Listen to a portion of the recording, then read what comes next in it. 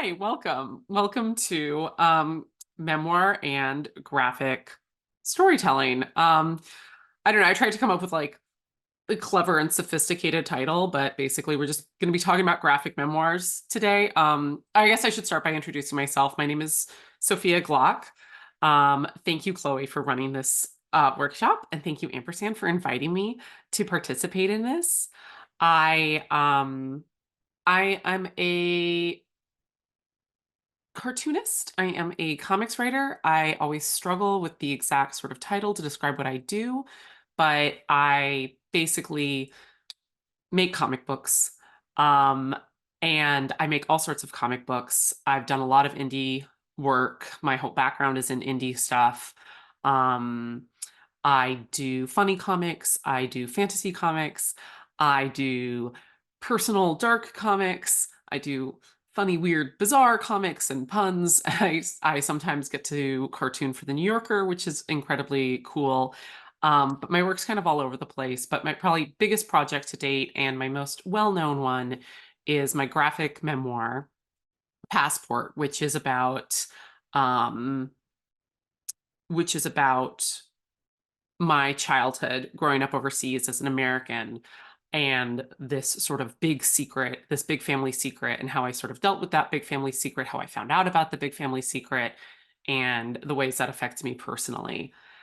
I am going to use sort of like my process, my journey of like how I came to memoir, how I figured out a way into memoir to discuss sort of what memoir is, how memoir works in comics, why I think that comics are perfectly suited for the genre of memoir, and how you yourself can get sort of going on that process, whether or not you're interested in explicitly memoir, maybe you're just interested in comics in general, maybe you're interested in diary comics, autobio comics, travelogues. These are all types of personal nonfiction comics. That's sort of what we're going to be discussing, specifically memoir, which I think is distinct from these other sorts of brands of creative nonfiction, personal creative nonfiction. We won't be going into the whole nonfiction genre like science comics and medical comics, which are also really cool. But we're going to be focusing on the stuff that's like very personal and the stuff that you can sort of, the way that we can mine our own lives for our stories and the way that these translate, I think, highly effectively in the visual realm.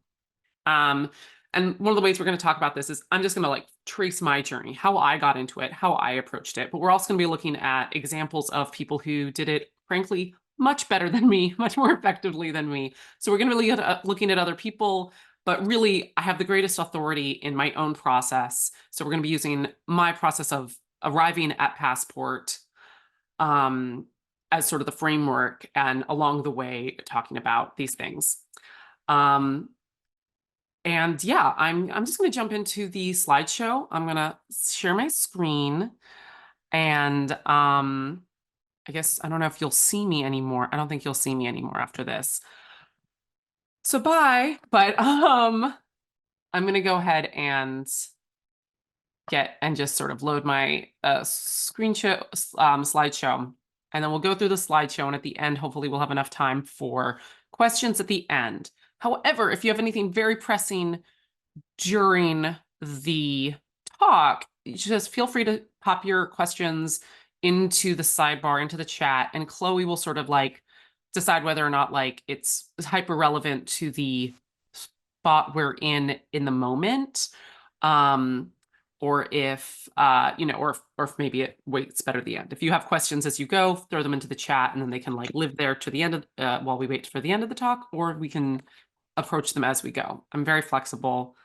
And yeah, here we go. Okay, again, this is Memoir and Graphic Storytelling. I first sort of want to talk about why I think memoir is sort of perfectly suited for comics.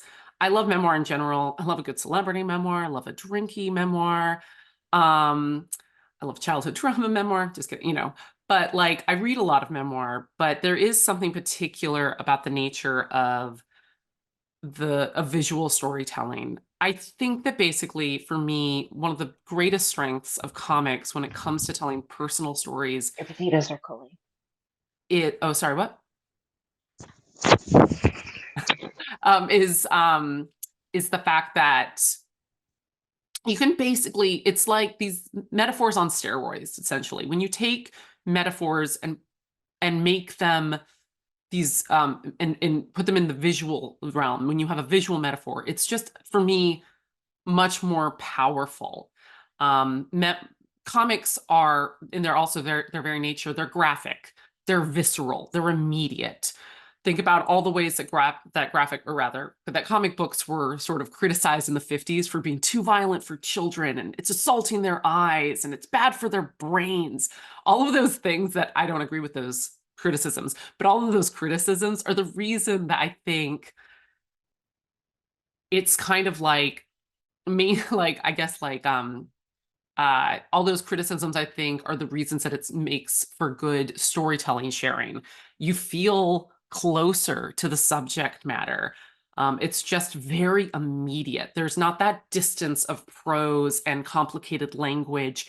Anybody can access this. This is not my art, by the way. This is art by David Small, the author of Stitches, one of the most visceral, speaking of visceral, a crazy visceral graphic memoir about his childhood trauma and at the hands of his off-kilter mother. It's a wonderful book. And I just love this image because it's the child sort of finding his way in or out of his life by immersing himself in drawing, which I thought captured really in a lovely manner the process of writing memoir itself.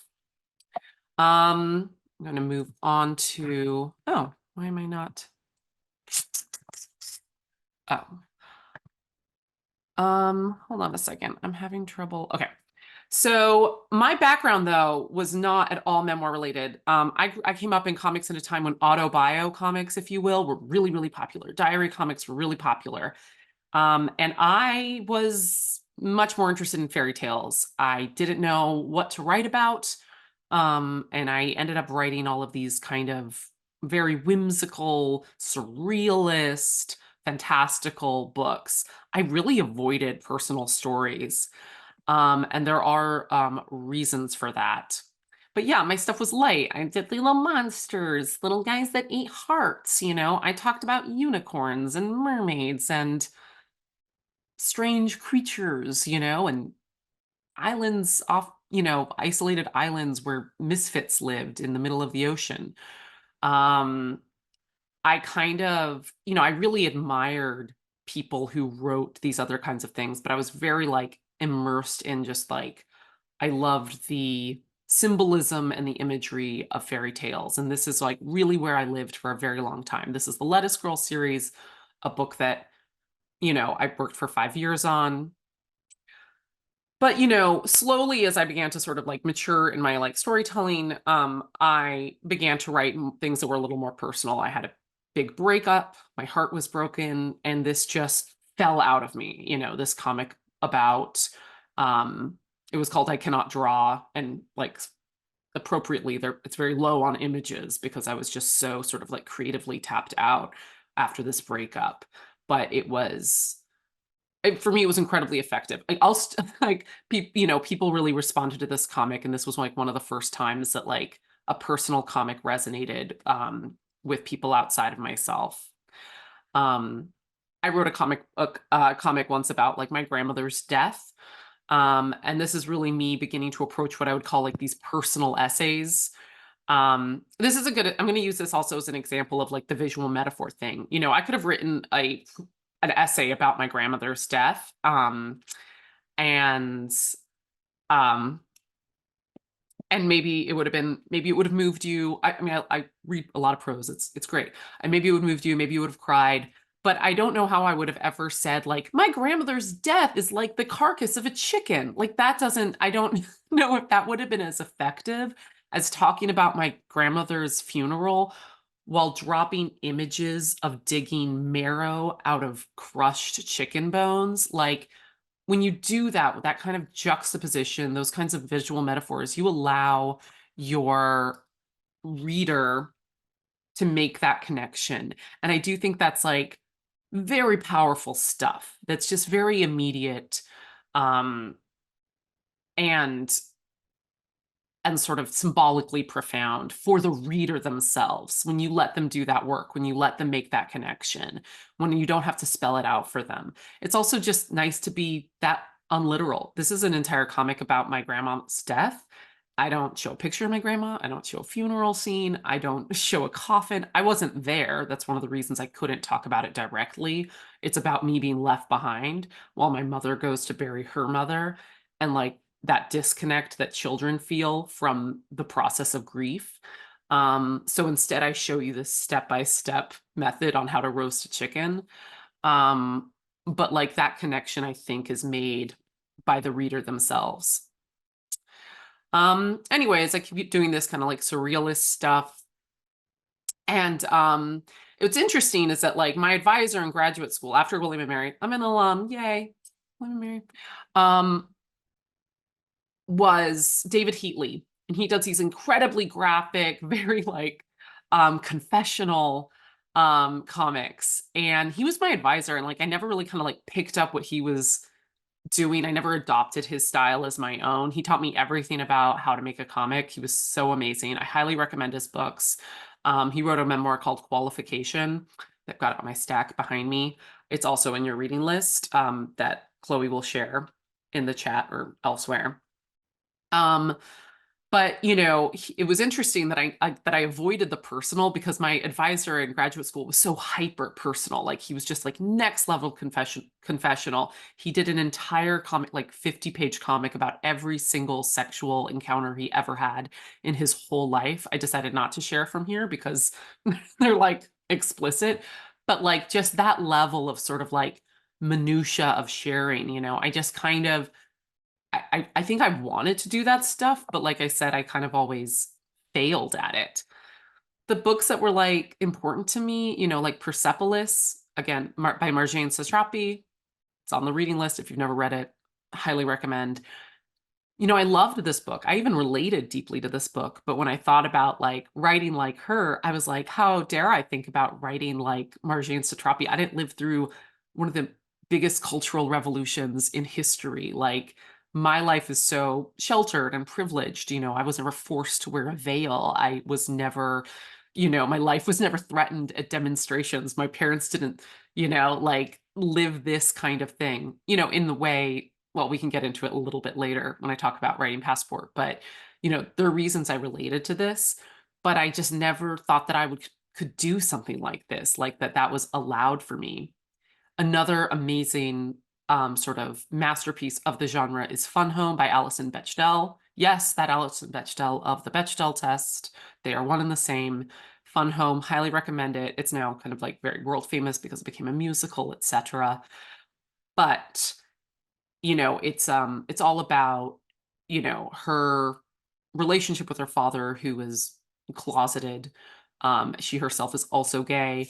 Um, and it's just an incredibly profound thing, but it was incredibly cerebral. She's a very cerebral. She had all these like profound literary references. Just in this example here, she's saying, I was Spartan to my father's Athenian, modern to his Victorian, you know.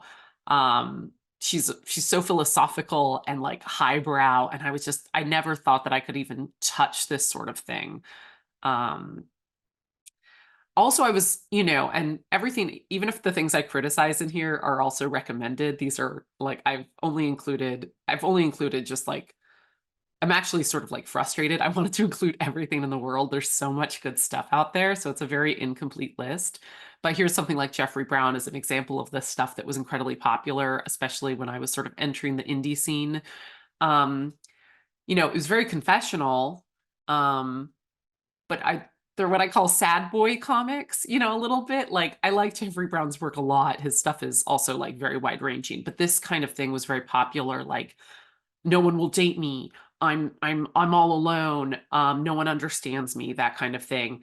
And for a young woman, like I kind of couldn't relate, and you know, and I wasn't sort of figuring out a way into talking about myself when this was the dominant discussion. Um, you know, another example is well, here's a great example of like not sad boy comics, but like Julie Doucette, definitely not sad boy, who highly recommend, is amazing. again, talk about visceral, very confessional. She gets into like the sort of the very deep and nitty-gritty. Her life is very reflected in the style of her art. Living in Montreal, being young and a punk and screwing around, and they're very sexual. She talks about bad behavior, drinking, etc., blah, blah, blah. Um, but they're also incredibly like sort of like day to day. Again, I didn't know how to sort of talk about my own life. Every time I did, I was just like, and I got a coffee and I drank too much wine. And there was something that these artists could do that I just wasn't figuring out how to do, how to make it interesting even to myself. I was obsessed with Gabrielle Bell. I love her style of drawing. Again, she's deeply diary comics. She talked about the day to day in this way that was infinitely compelling. And whenever I tried to sort of ape that thing, I couldn't. And I always went back to something fantastical, right? But one of the reasons I avoided talking about myself wasn't simply because I wasn't good at diary comics, but I just felt like every time I tried to talk about myself, I came up against this problem. My partner, now husband at the time, was always telling me to write about my childhood. He's like, Sophia, you grew up overseas. Like, that's interesting. Like, you're sitting on this like treasure trove of stories about what it means to be an outsider, what it meant to like learn Spanish when you knew no Spanish, what it meant to sort of witness all these things like coups and wars, and actually not that different. I mean, not at all to the same degree of somebody like Marjane Satrapi. Again, like I worship at her altar. I'm nobody next to her, but in terms of life experience or artistic ability. But like the truth is that I couldn't talk about these things. Like every time I tried to talk about myself, it always came back to the fact that I didn't grow up in this country, that I had like a very bizarre experience, or rather sort of a particular experience as a kid. Um, and I couldn't talk about it because when you tell people that you went to central high school in Central America, or that that none of your brothers or sisters were born here, but they're all, super white Americans that sound like this, they ask why. Like, why was your brother born in South America? Why was your, other brother born in Europe? Like, none of this, adds up. And I would give them these little lies that I was taught to say, and then I would change the subject and hope that they wouldn't follow up with questions. Because the truth was, my parents worked for the CIA, and they worked covertly for the CIA. And every time I tried to talk about myself, I came up against this secret that I wasn't allowed to share. But it was coming out in my work. I wrote this comic called Nightstand that was all about me spying on my mother. And I don't talk about the CIA in this comic. And I don't talk about big government jobs or secrets. But I am talking about everything I will end up talking about in Passport, which is family secrets, secrets that we keep from each other. I'm talking about the relationships in between family members, specifically in this one. I'm talking about my relationship with my mother and what it means to be a child who wants to be close and also apart from a parent. And it was a 7-page comic. It was like one of the first things I ever sold. I've been self-publishing up until this point and selling my books, et cetera, and doing the whole indie circuit. But this was like one of the first things I ever sold to a publication narratively. It was online, but still it was like, oh, real money. I couldn't believe it. I put it online. A literary agent followed me on Twitter when I posted this. I was like, OMG, keep that for later, Sophia.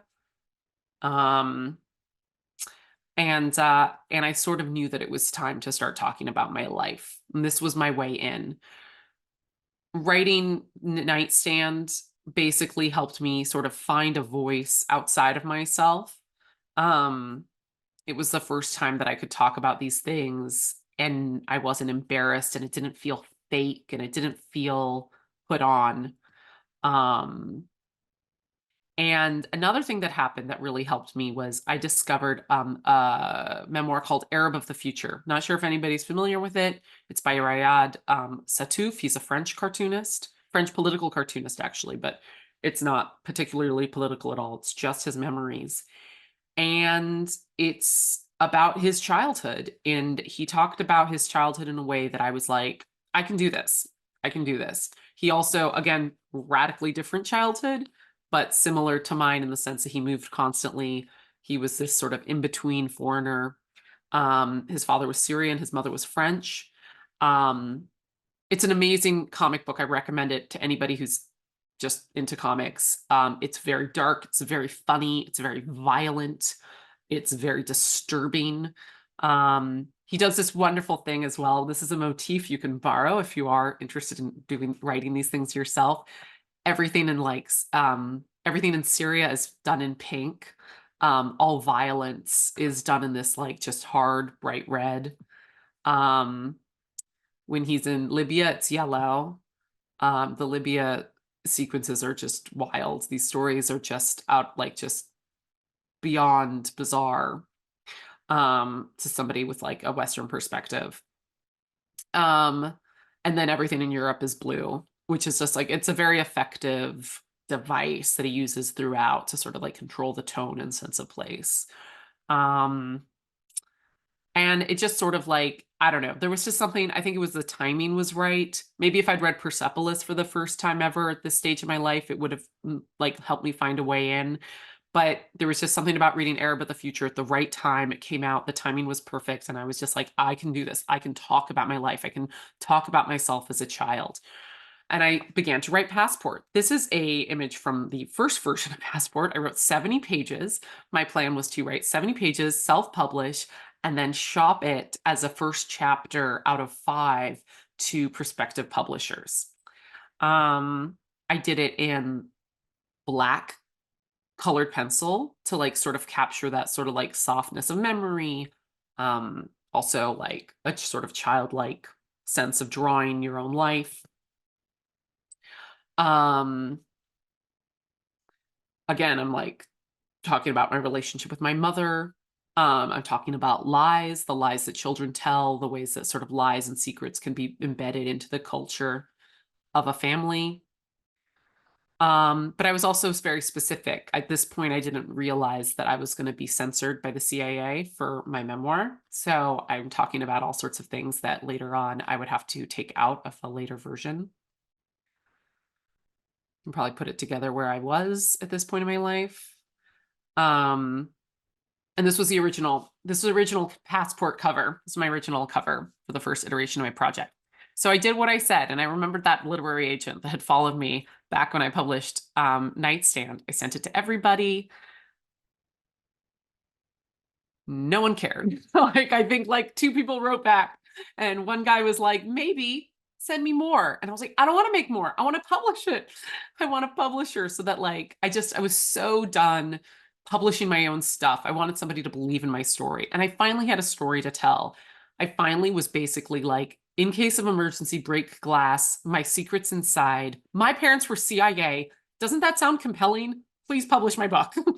um, and yeah, but like I said, 2 people wrote back. One guy was like, I want to see more. And one of the people who wrote back was that literary agent who followed me on Twitter. Hashtag best thing and only good thing that's ever happened on Twitter, as far as I'm concerned, was me meeting my agent. Her name is Molly O'Neill, and she is a superstar, and I love her very much. So she looks at my book and she's like, this is great, but what is this? Who is this for? I'm like, what? What do you mean, who's it for? It's for people who love comics. And she's like, what age? And I'm like, me age. Age am I? Age am you? Age, everybody will love it. She's like, doesn't work that way. If you publish this as a comic, it's going to go on that shelf in Barnes and Noble that says graphic novels, and you're going to be between Batman and some manga. And no one's going to find your book, and no one's going to care. You have to choose a shelf. And by choose a shelf, she meant, is this middle grade? Is this YA? Or is this adult? She's like, if it's adult, that's great. God bless. See you later. If it's middle grade or YA, let's talk, because teenage kids don't buy books about kids. Like 5-year-olds aren't buying your book. So you've written a book about a 5-year-old. Who's buying it? Not other 5-year-olds. Middle graders don't want to read about 5-year-olds. Teenagers don't want to read about 5-year-olds. And adults don't want to read about 5-year-olds. And I was like, what about Persepolis, one of the most successful graphic novels of all time? She's like, no offense, you're no Marjane Satrapi. I'm like, point taken. she's like, let's actually sell your book. So I had to ask myself this question about who is this book for? And if you guys are considering taking on this project, it's a really good question to ask yourself. Maybe not at the beginning while you're really like mining yourself for like what your book is about and like what story you're trying to tell. But at some point, you have to ask yourself who your audience is. It was incredibly painful for me to do this. Like I said, I thought I was my own audience. I was always just writing for myself, but we don't write in a vacuum and we need readers. That's the whole point. That's why I love comics. It's the relationship with the reader. So I began to do research. I read These Are Not All Memoir. Spinning by Tilly Walden is memoir. Highly recommend. Oh, it's so good. Guys, it's so good. It's ostensibly a memoir about skating and being a high school ice skater, but it's actually a stealth like memoir of being a closeted gay teen in Texas. It's so good. It's so beautiful. This one, Summer, that's a life-changing book. Recommend to everyone. Not a memoir, but it's just good. Stitches by David Small. And again, this is an exception. Like, it's definitely a book about a child that I would say is not for children. So, but I guess, and he got the National Book Award. So good for David Small. It's excellent. Skim, it's another Mariko Tamaki and Jillian Tamaki, also not memoir, but I basically began to do my research. I began to read, what was out there. This is another image from Stitches by David Small. And I sort of had to like find this also helped me sort of like find my way in. I decided that, since I discovered the secret of my parents' work, in high school. They didn't tell me. I sort of figured it out by spying on them, appropriately enough. I decided, we decided, my agent Molly, who was like huge in shaping the direction of this book, that this memoir would take place in high school. That's when I found out. That's when it sort of really affected me. And it sort of like was a nice mirror to what most high schoolers go through, which is that thing where you're like, realize your parents are not who they've said they are, whether or not they've got covert government jobs. All of our parents, at some point we find out our parents are not who they say they've been, right? They're selling you a story, and then you at 15, you're like, what, you guys are liars. Most teens go through that. So it was a kind of nice metaphor for this like broader experience that most high schoolers go through. Oh wait, I've lost my thread. Anyways, and I really just had to figure out sort of like, who was this for?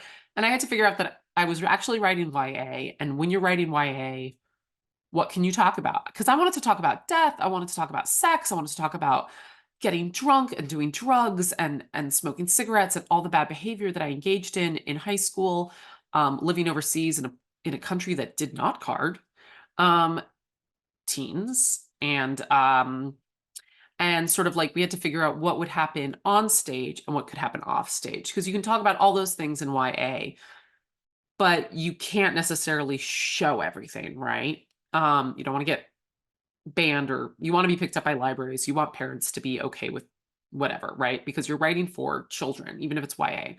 Now, YA is very broad in the sense that most people who read YA, I doubt, are actual young people. I think a lot of adults read YA, but it's a tone, and there's a reason those adults are reading those books. So for me, the way I sort of thought about it was YA is a tone, not an age group. And I needed to sort of like figure out what the sort of format of that shelf was in order so that my book could sort of live on that shelf and not next to Batman. No offense to Batman, love Batman, but you know what I mean? I didn't want it to get lost in that sort of quagmire of graphic novel, for people who think that graphic novel is a genre, not a medium, right? I wanted it to be where the young women and men or whoever, could find that subject matter. So I read, here's another great example of a middle grade memoir. This is by CC Bell, another William and Mary alum. So William and Mary Pride. She wrote a book called El Defo. Highly recommend. It was really successful. This is middle grade. And, she wrote about like tough subjects. She was a child with who was hearing impaired. and who had to deal with these she had very particular challenges. She had to wear this massive phonic ear on her body. And but who was it for? I'm sure she had to like realize. I'm sure she could have written this book for adults. If she had, would it have been a bunny rabbit? I don't know. Like, did she make herself a bunny rabbit and the entire world made out of bunny rabbits, because she was talking to 8 to 12-year-olds, which is the bracket for middle grade? I don't know. She could have made this for a number of different groups, but I'm sure there were decisions she made in writing El Defo, specifically catering herself to that audience. So if you guys are working on any given project, who is your audience is one of the most important questions you're going to ask yourself in this process. I do recommend El Defo, though. It's super cute. And they made it into a movie. Anyways, so I had to scrap that first version of Passport. Those images, I mean, you can still I can give you a copy, but it's not, none of that made it into the final version. This is what the final version of Passport began to look like.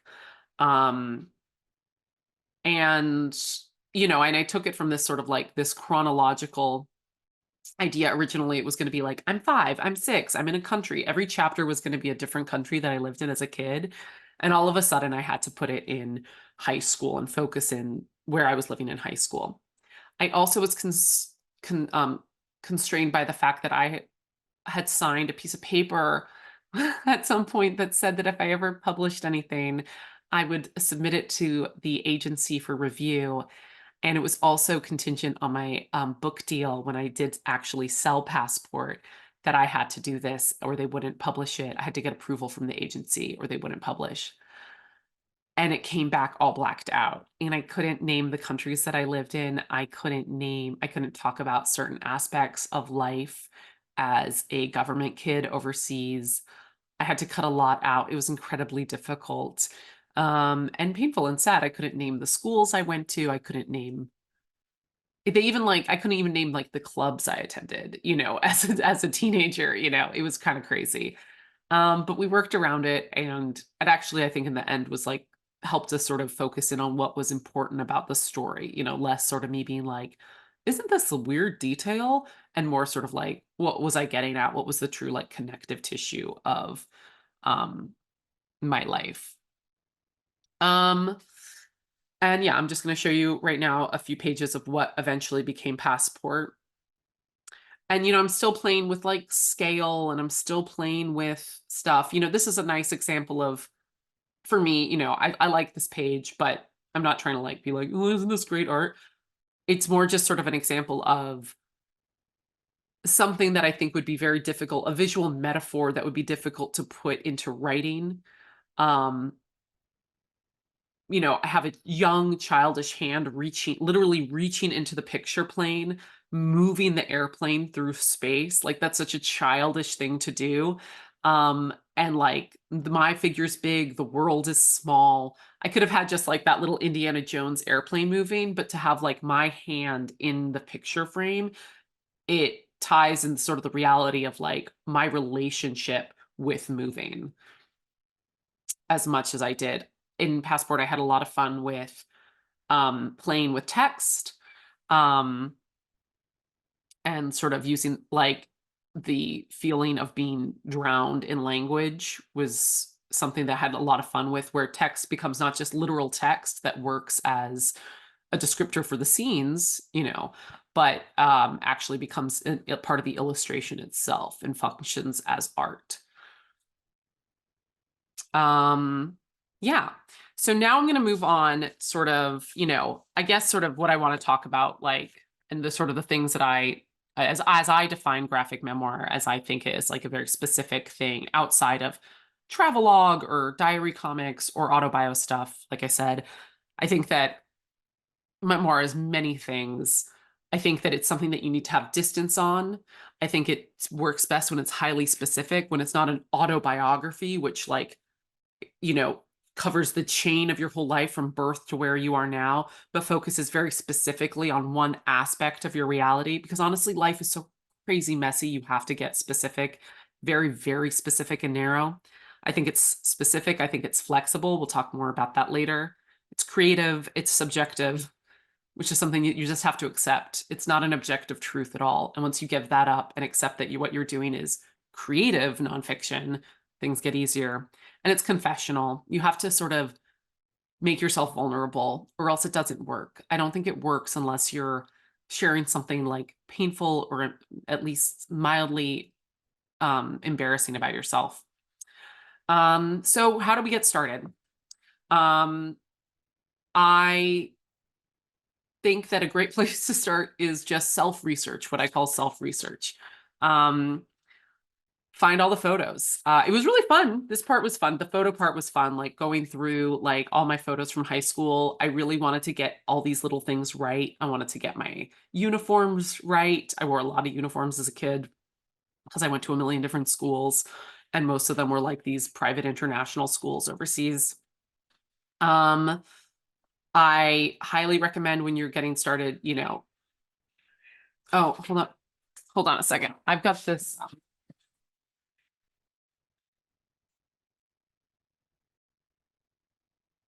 Sorry, my kid's Spider-Man watch just went off, and that was going to be very annoying.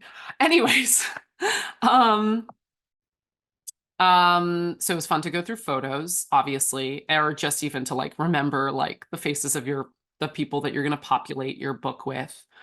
Um, something that really helped a lot was, when you're cartooning, of course, like breaking things down, like even making them even more simplified than you think you're going to be ultimately, no matter what your style is. This is something that David Heatley taught me how to do. He would actually make me draw my characters as tiny as possible. What's strange is that they're yourself, and you really have to let go of this idea that you're going to like render yourself accurately, or you're going to render your mom accurately, or even you're going to render your most beautiful best friend accurately. You're just not. They're going to become cartoons. And sort of the more you practice that, the more you mind that, the more you just draw these things over and over and over again, you can sort of like break down your attachment to reality on some level, if that makes any sense. Um, I also did a lot of interviewing. I was one of 5 kids. I was actually one of 6 kids, but that was a secret, one of the many secrets in my family. But I was, one of 5 kids. I grew up with as one of 5. And I had to interview my siblings for a lot of this stuff. Um, interviews were a big part of doing this. I actually have an amazing memory. I have really good recall, but I was shocked by how much I actually got wrong. I was shocked by like how much my fact checking revealed like more details. I was actually interviewing my sister. I I I was in a country during a government coup, an attempted coup. And I called up my sister to be like, what do you remember about that day?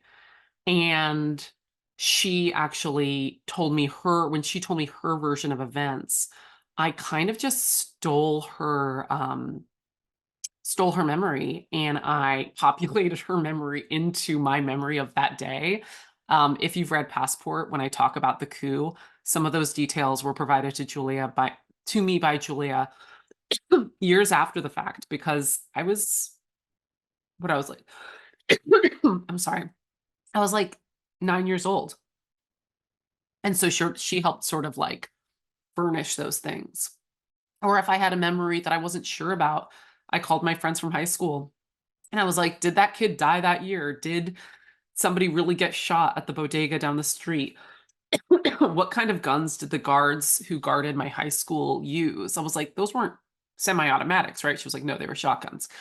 Things like that were really interesting. Even things like the kind of research that I got into that was really important to me. It was incredibly important to me to get this tile right on my floors.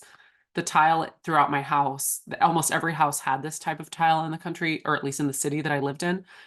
And one of the most gratifying experiences of writing Passport was when it came out, my friend Ana Lucia called me up and said, the tile, I had that same tile in my house. And I was like, oh, I did it. I did it right. I got it. I nailed it.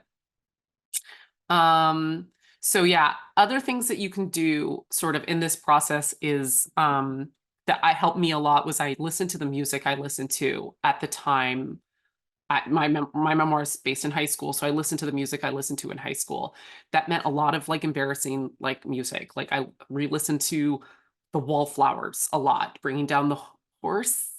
Um, I listened to a lot of Dave Matthews. I listened to Shakira nonstop. It really helped trigger like this onslaught of memories and things that I otherwise would have forgotten. And it really helped put me in that mentality. As I was writing, I would like make these playlists and like loop them. It really helped a lot.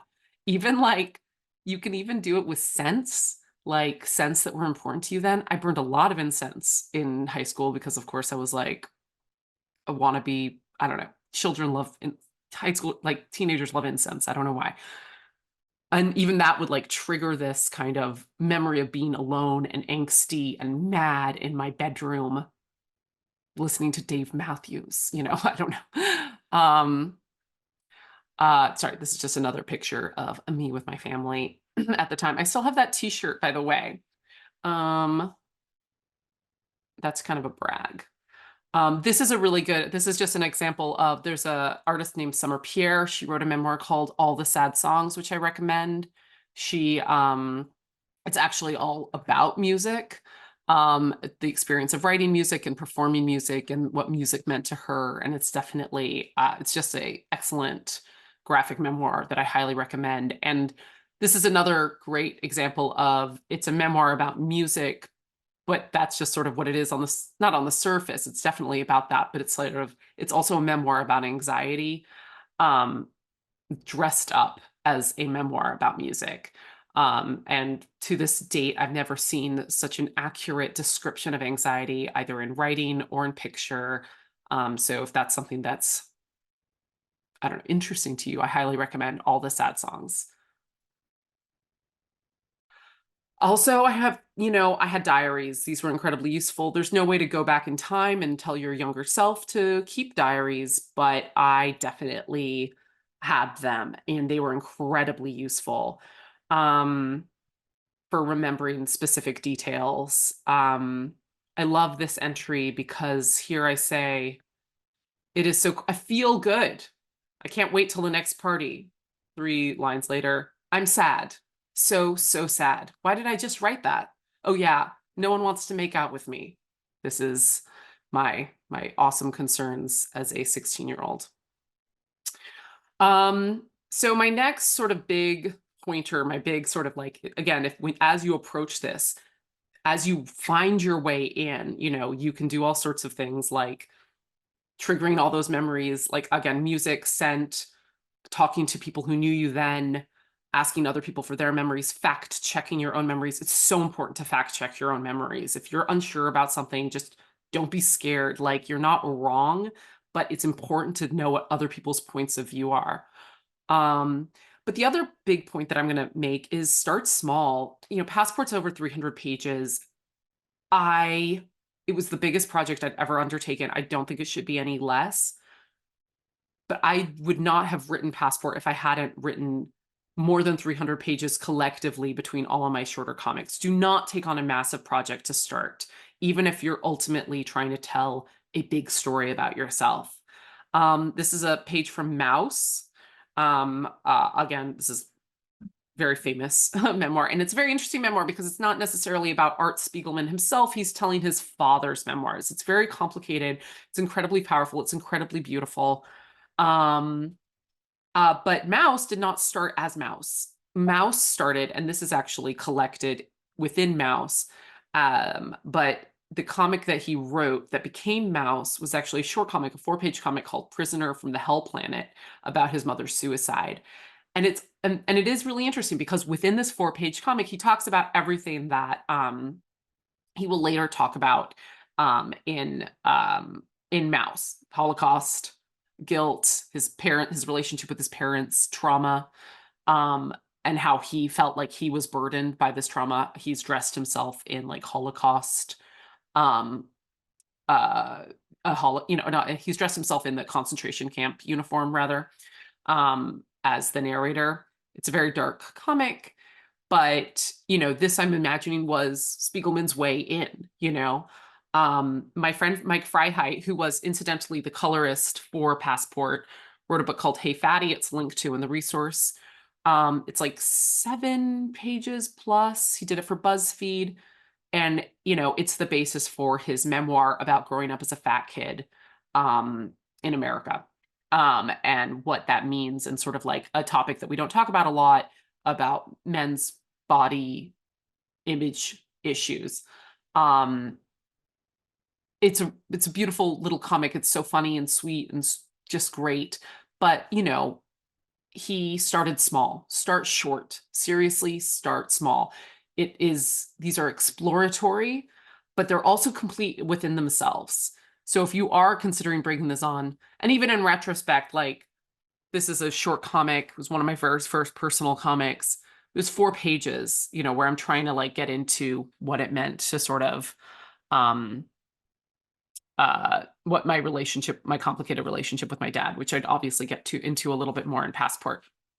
Anyways, and there are other motifs that you can use. Not only can you start small, you can, this is from Epileptic by David B. He's a French cartoonist. This is it's a comic, it's a memoir. Epileptic is a memoir about his brother's epilepsy, and sort of how that affected him personally and his entire family.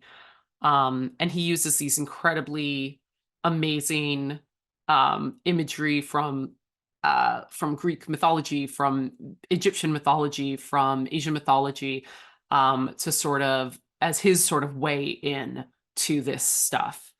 He also does a lot of fun stuff with scale, which I think is something that is particular to comics, where you're making bodies small, bodies big, bodies, changing those relationships between the figure and the environment. Tom Hart wrote a memoir about the loss of his child. It's incredibly painful, dark, or, just painful memoir. And because his child was 2 years old when she died, he has sprinkled throughout all of this imagery of the cartoons and stories that she loved, including like, My Neighbor Totoro, and all of these, so at points he'll actually make himself the narrator of the piece in these little cartoon versions of things. It's very touching, it's very effective, and I think that's also a really great way in when you're struggling. Tom Hart also wrote, incidentally, a book called The Art of the Graphic Memoir. Highly recommend if you're serious about this stuff. It's very good. The cover art's by Gabrielle Bell. And he also runs a comic school called Saw, also linked to in the resource notes. Anyways, so I'm gonna just actually, how am I on time, Chloe?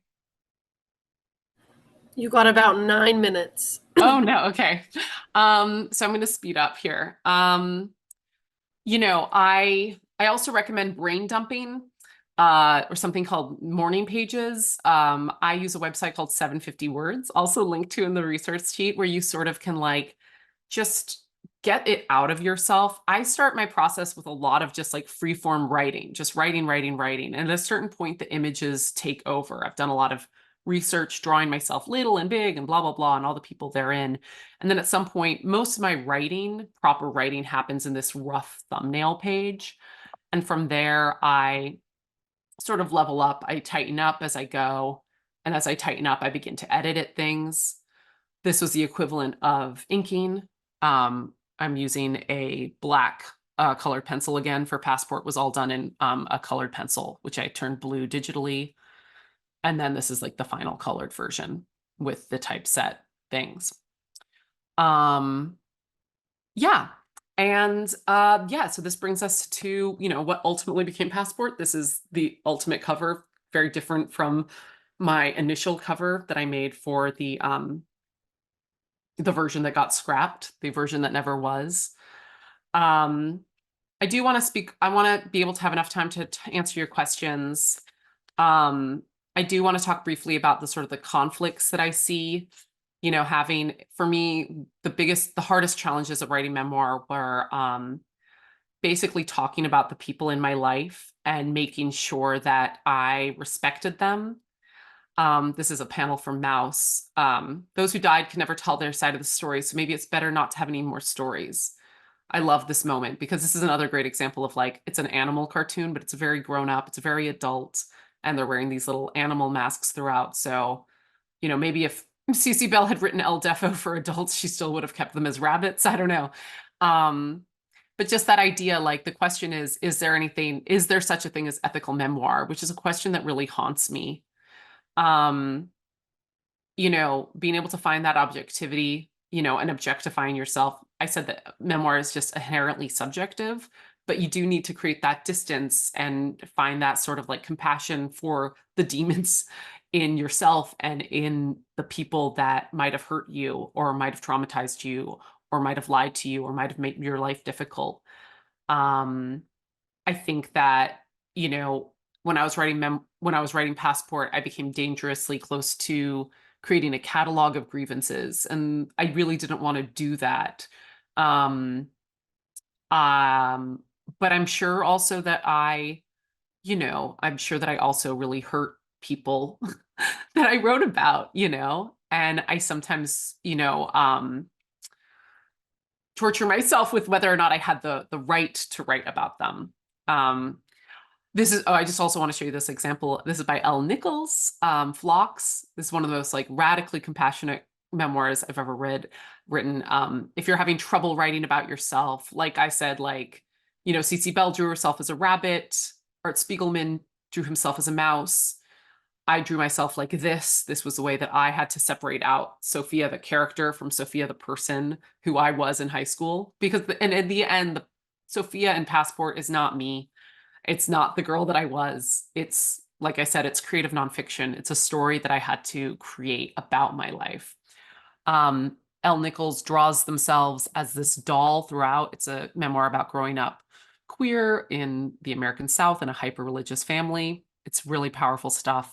But all the people around her are human, like kind of like anatomically correct human beings. And she draws herself as this little rag doll with like button eyes. And I can only imagine that was a way for her to talk about her sort of relationship with herself as she needed to talk about it.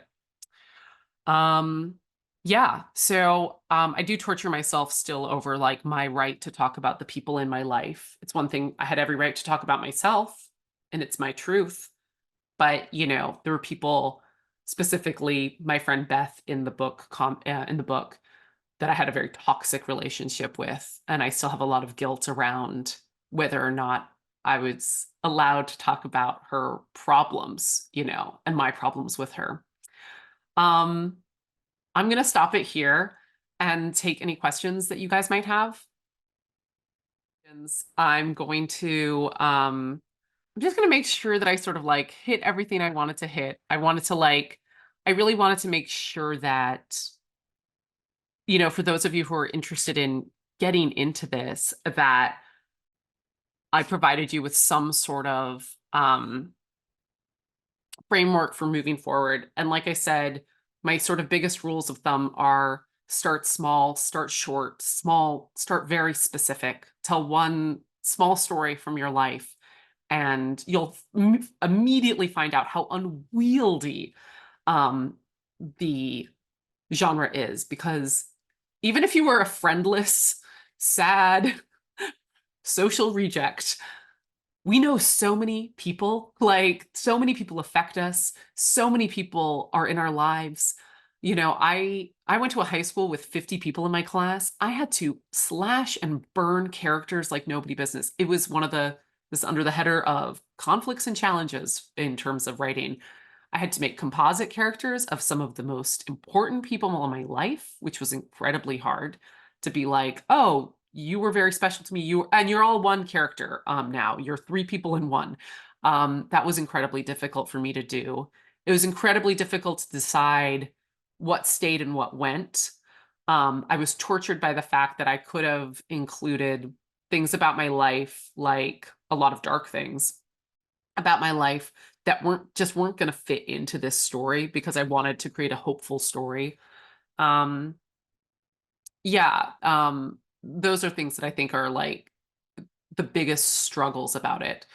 But I do think like I've convinced you, and I probably didn't need to. I feel like anybody who was attracted to this talk believes this already, but I do hope I've convinced you of like the particular way that um, comics and memoir fit together. You know, when I talk about these challenges of cutting out like characters from your life and deciding which stories to tell and how to tell them and what things you include and don't include and what tones to play up.